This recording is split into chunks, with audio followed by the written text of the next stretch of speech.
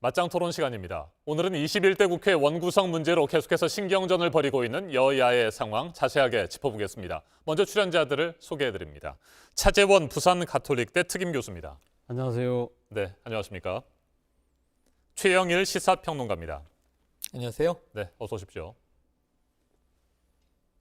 21대 국회 상임위원장 배분을 놓고 벼랑 끝 대치를 이어가고 있습니다. 여야는 오늘도 막판 협상에 나섭니다. 더불어민주당 김태년 원내대표와 미래통합당 주호영 원내대표는 오늘 오전에 다시 만나서 법사위원장 자리에 대한談판을 시도합니다. 박병석 국회의장과 민주당은 오늘 오후 본회의를 열고 어떻게든 원 구성을 마무리 짓겠다는 방침입니다. 토론 시작하겠습니다. 민주당과 통합당의 두 원내대표 어제도 두 차례 만났습니다. 네. 그런데 역시 합의에 실패했고요. 왜 이렇게 합의를 못하는 걸까요? 네, 간단하죠. 네. 사실은 지금 법사위 문제 하나, 이게 핵심 관건이라고 봅니다. 법사위를 여야가 그럼 여당이 한번 해보시오 하고 이제 양보를 하든가 아니면 뭐 이 여대야소 구도에서 야당의 역할도 있어야 되니 그럼 야당이 먼저 맡으시오 하거나 하면 이 간단하게 정리되는 문제거든요. 네. 그러니까 법사위원장을 여든 야든 결코 절대로 놓을 수 없다. 지금 이게 사실은 일주일 가고 있는 거예요. 금요일 날 여기서 이제 맞짱 토론이 있었는데 일요일에도 만났습니다. 박병석 의장 주재로 식사도 하고 1시간 10분 정도 회의도 하고 이번 주에도 여러 차례 만났습니다. 이번 주에 본회의가 또 열리기도 했습니다. 그러면서 또 이틀 동안은 특위가 가동이 됐어요. 이 상임위원 정수 조정에 대한 특위는 이틀 동안 잘 임무가 마무리됐고 본회의에서 조정안이 여야 합의로 통과가 됩니다. 그러니까 이런 문제들은 쉽게 풀려요. 네. 그런데 문제는 지금 제대로 개원이 됐느냐. 원구성이 안 됐다 하면 국회가 지금 정부 기관들에 대해서 각각의 역할을 해야 되지 않습니까? 대정부 질문도 해야 되고요. 지금 해나갈 게 많습니다. 3차 추경 문제도 걸려있고. 그렇다면 원구성을 못하고 있다 혹은 안 하고 있다. 이게 지금 얼마나 국회가 법정 시한을 넘겨서까지 그 입법부의 역할을 방기하고 있는 건지를 아마 전 스스로 다 알 거라고 생각합니다. 네. 초선 의원들은 지금 뭐 애가 탈 거라고 저는 생각을 합니다. 그럼에도 불구하고 이것을 못 풀고 있다. 자, 그럼 오늘 이제 마지막 이 막판 접촉이 한번 시도될 텐데 그럼 어제는 못한 게 오늘은 풀릴까요? 전 의문점이 찍히고요. 그럼 이게 다음 주 월요일에 만나면 풀릴까요? 안 풀린다고 봐요. 결코 양보할 의사가 양쪽도 네. 없기 때문에. 그렇다면 뭔가 별도의 특단의 조치가 있어야 되는 것 아니냐. 시간을 끌어봐야 해법은 보이지 않는다. 그렇다면 뭐 외부의 힘이든지 국회의장의 직권 조정이든지 또는 뭐 다수당의 어떤 밀어붙이기든지 결국 뭔가 오늘 시도되지 않겠는가 예견을 해봅니다. 네, 특단의 조치가 필요하다고 말씀하셨는데 그 특단의 조치 안에는 국회의장의 강제 배분도 포함되는 겁니까? 네, 오늘 사실은 네. 박병석 신임 국회의장은 예고를 했었죠. 왜냐하면 여야가 합의를 못하면 의장이 가지고 있는 직권으로 오늘이라도 그 문제를 내가 풀겠다. 이거 상당히 부담이 가는 일이죠. 시작부터 국회의장이 또 야당의 성토도 받게 네. 될 가능성들이 있고요. 그럼에도 불구하고 스스로 못 푸는 걸 어떡하겠습니까? 그러면 시간을 일주일 주면 더 풀 건지 한 달 주면 더 풀 건지. 왜 제가 이런 말씀을 드리냐면 가장 짧은 기간 내에 법정 시간을 어기면서도 원구성이 됐던 게 지난 20대 국회 네. 2주 걸렸다고 말씀을 지난주에도 드렸었고요. 18대 국회 때는 88일까지 걸린 경우도 있었다고 말씀드렸는데 2주 늦든 3개월 늦든 결과는 달라지지가 않더라고요. 그러니까 원구성 문제는 계속 싸울 수밖에 없는 문제입니다. 그래서 결국은 국회의장의 직권 조정 가능성이 높다 이렇게 전망을 해봅니다. 네. 차 교수님께서도 강제 배분이 불가피한 상황까지 갈 것이다 이렇게 예상하고 계세요? 뭐 지금 그 박병석 국회의장 결단을 말씀을 하셨는데 네. 저는 뭐 결단에 대한 그러니까 실행에 지금 방점을 찍겠다기보다는 양당의 그러니까 합의를 종료하기 위한 일종의 엄포가 아닐까 하는 생각이 듭니다. 오늘까지도 말이죠. 예, 저는 뭐 일단 오늘까지 네. 상황을 좀 더 지켜볼 가능성도 있다. 그리고 또 뭐 최대한 조금 더 미룬다고 한다면 다음 주 월요일까지 15일까지라도 아마 말미를 더 줄 수 있지 않나 하는 생각도 듭니다. 근데 저는 사실 이 상황을 보면 상당히 좀 답답해요. 왜 그러냐 하면 앞서 가장 쟁점이 법사위원장이라고 그랬잖아요. 근데 지금 사실 법사위원장이라는 부분 자체가 과연 과거 그 지금 상황하고 같으냐, 상황이 지금 다 바뀌었다는 겁니다. 왜 그런 이야기를 하냐면 지금 집권 여당이 지금 177석이고요. 그리고 지금 이 범여권을 속하는 정당까지 다 합치면 압도적으로 5분의 3을 넘어요. 그렇다고 한다면 각 상임위에서 5분의 3 이상을 다 차지할 수 있어요.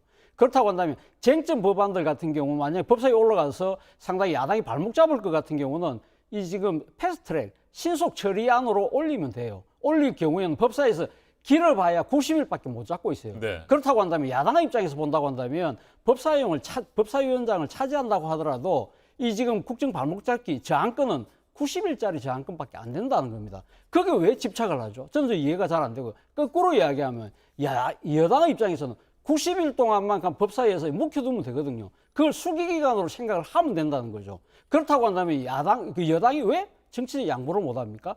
저는 이 부분에 있어서는 저는 좀 더 여당이 좀 양보할 필요가 있다. 그렇다고 한다면 이번에 좋다. 그럼 법사위원장을 지금 이 야당이 내준다. 그 대신 과거처럼 계속적으로 발목을 잡을 경우에는 네. 법사위에 지금 주어져 있는 체계 자구심사권을 우리는 폐지시키겠다. 그에서 신속 이 패스트트랙 올려서 그 법 바꾸면 되거든요. 그때는 아마 국민들도 박수를 칠 거예요. 그렇다고 한다면 저는 이 문제는 쉽게 풀릴 수 있다고 생각하는데 왜 그럼 이 양당이 지금 이런 식으로 버티느냐? 어떻게 보면 이 지금 여당 입장에서는 초장부터 확실하게 본때를 보여줘야 돼. 이런 생각이 깔려 있는 것 같고요. 야당 입장에서는 초반부터 만만하게 보시면 안 된다는 정치적인 나름대로의 오기랄까요? 이런 것들이 깔려 있다는 것이죠.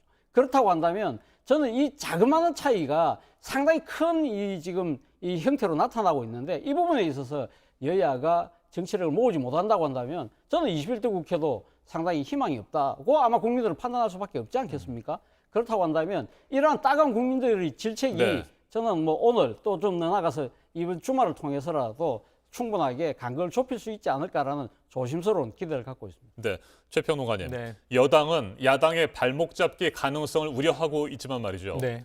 야당 입장에서는 정부와 여당에 대한 비판이 독주. 필요하잖아요. 네네. 견제도 해야 되고요. 맞습니다. 네, 맞습니다. 그런 부분에서는 어느 정도의 상식적인 배분도 필요하다 이런 지적이 있습니다. 예, 맞습니다. 그런데 원구성에 대해서 지금 차 교수님 아주 중요한 지적을 네. 해주셨어요. 왜냐하면은 어떻게 여가 가져가든 야가 가져가든 이 다른 운영의 면은 없느냐? 운영의 면은 많아요. 그동안 국회에서 벌어진 사실은 심지어는 이 선거법 개정에 대해서 비례정당까지 띄우고 네. 그걸로 지난 총선을 치렀던 정당들 아닙니까?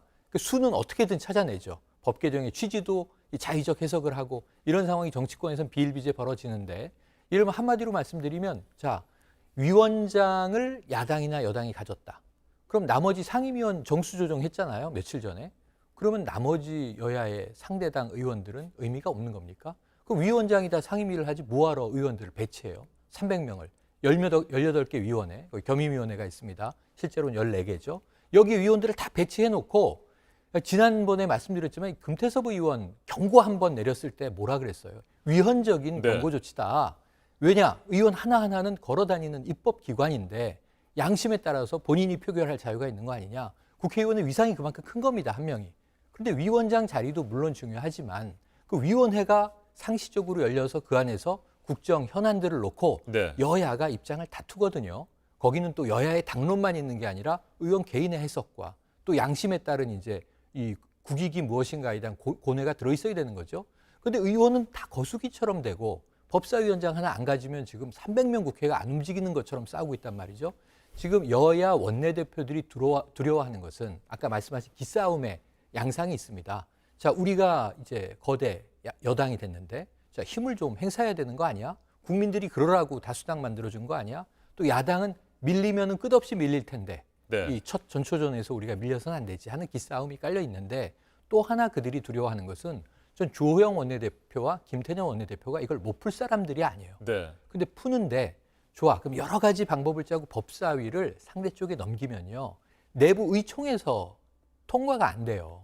무능력한 원내사령탑이 돼버리는 거예요. 지금 초선 의원들도 많지 않습니까? 네. 어찌보면 전의를 불태우는 의원들이 많은데 내부 리더십에 대한 고민도 원내사령탑인 대표들에게 있는 거예요.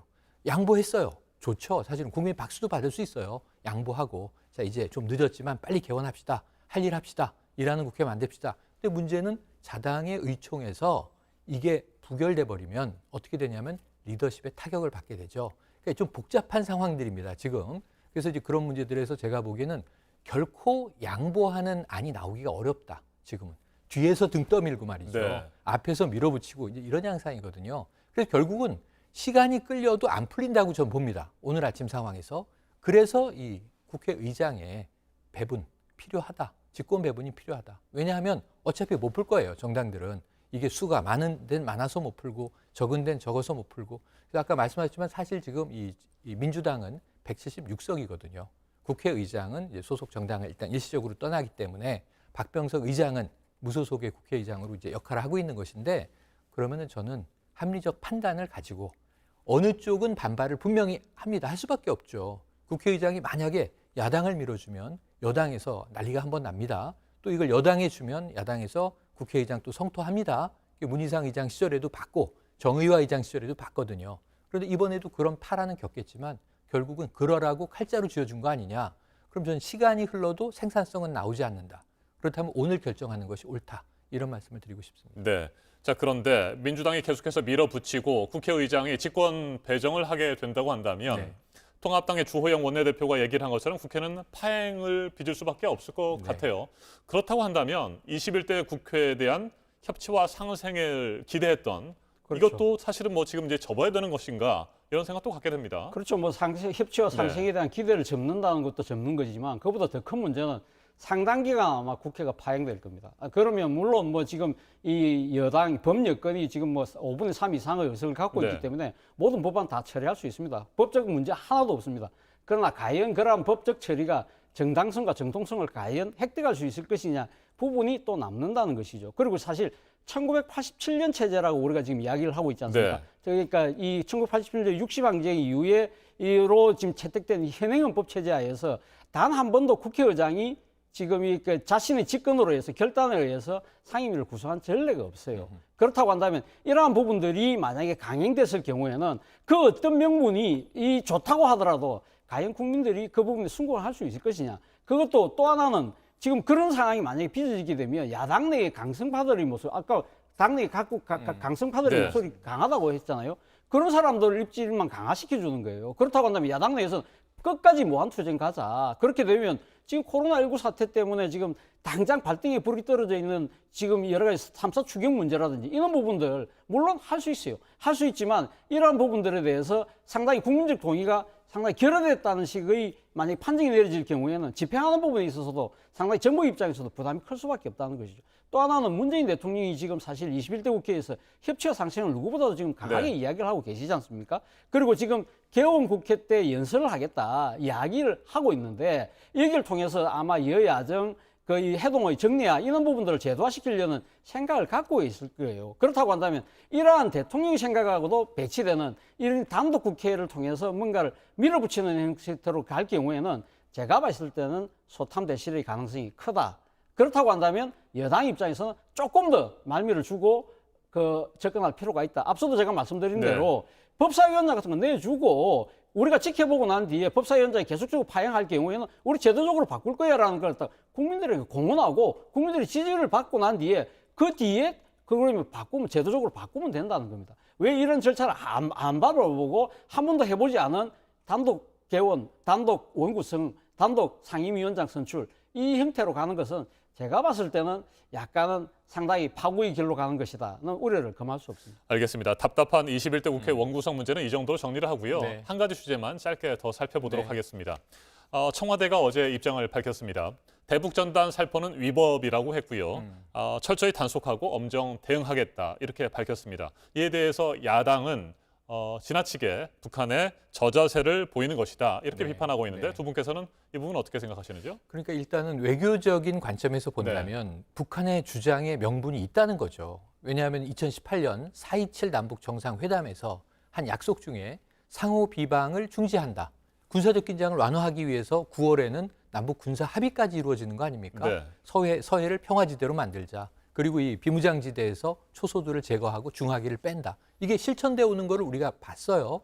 그런데 문제는 뭐냐면 이제 이 북미 교착이 길어지고 이 핵폐기 프로그램이 제대로 작동하지 않고 지금 트럼프 미국 대통령은 대선에 눈이 가 있는데 중국과 싸워야 되죠. 조지 플로이드 사태 터졌죠. 북한은 우선순위에서 쭉 떨어진 겁니다. 그러니까 북한이 결국은 붙잡고 뭔가 압박도 하고 좀 협력을 요청할 수 있는 것은 우리 쪽밖에 없는데 문제는 이제 북한이 늘 그래 왔듯이 떼쓰기로 이제 시작을 하는 거죠.